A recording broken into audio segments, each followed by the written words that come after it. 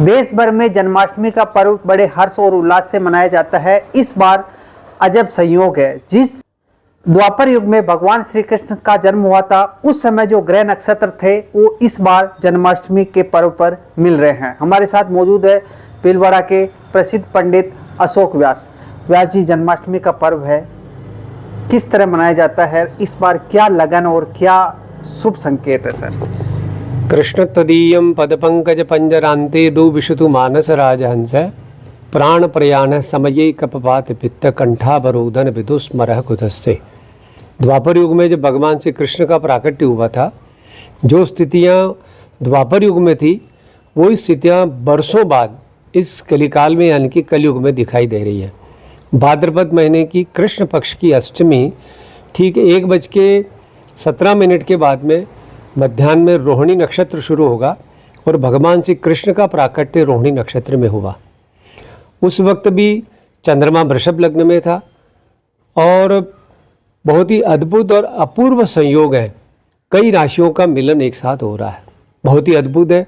और बरसों बाद यानी कि पहली बार ऐसा अवसर आ रहा है कि स्मार्त व्रत को मानने वाले और वैष्णव मत को मानने वाले दोनों ही अपने धर्म के लोग पहली बार एक साथ भगवान श्री कृष्ण का प्राकट्य मनाएंगे।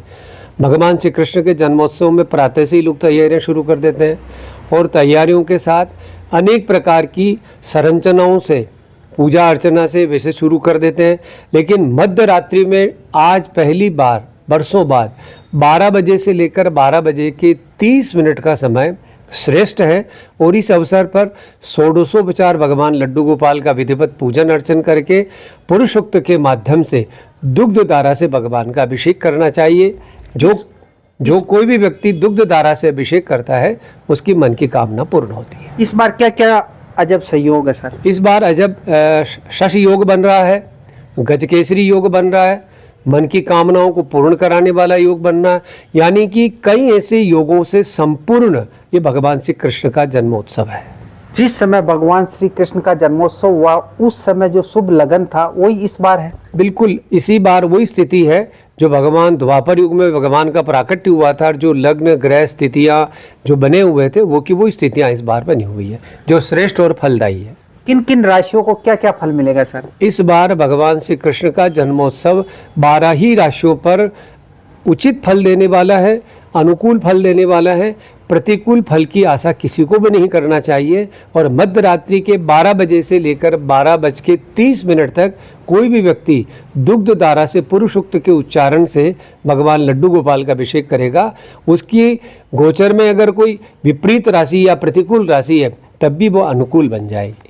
किस तरह पूजा करनी चाहिए? भगवान श्री कृष्ण का षोडशोपचार करा के पहले स्नान इत्यादि कराएं, गंगा जल से स्नान कराएं, दूध से स्नान कराएं, दही से कराएं, उसके बाद घी से कराएं, शहद से कराएं और शक्कर से स्नान कराएं, फिर पंचामृत से स्नान कराएं, गंधोदक स्नान कराएं, इत्र से स्नान कराएं, फिर षोडशोपचार पूजन अर्चन करें। और पूजन अर्चन के बाद में पुरुषोक्त के 16 मंत्र हैं, एक मंत्र में उच्चारण करता हूँ। ओम सहस्रशीरिगाः पुरुगाः सहस्राक्षाः सहस्रपात सभूमिग्मं सर्वतश्वतबाहुत तिष्ठदशांगुलम्।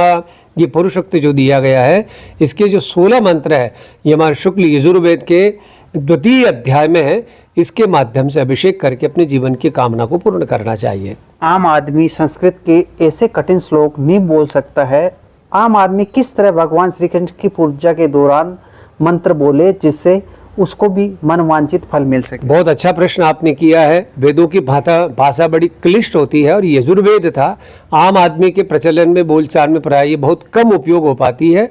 ऐसी परिस्थिति में भगवान श्री कृष्ण का एक पंचाक्षर मंत्र है, उसका अगर वो जाप करे तो उसकी मन की कामना निश्चित रूप से पूर्ण होगी। और वो मंत्र है ओम क्लीम कृष्णाय नमः। इसका उच्चारण करें अथवा तो कृष्णाय वासुदेवाय हरये परमात्मने प्रणत क्लेशनाशाय गोविंदाय नमो नमः। ये उच्चारण करने पर भी मन के आधा बाधा परेशानियां पीड़ाएं संपूर्ण जो परेशानियां वो समाप्त हो जाती है। ये थे हमारे साथ पंडित अशोक व्यास जी। इन्होंने कहा कि जिस समय द्वापर युग में भगवान श्री कृष्ण का जन्मोत्सव हुआ था, उस समय जो शुभ लगन और शुभ मुहूर्त था वही इस बार है।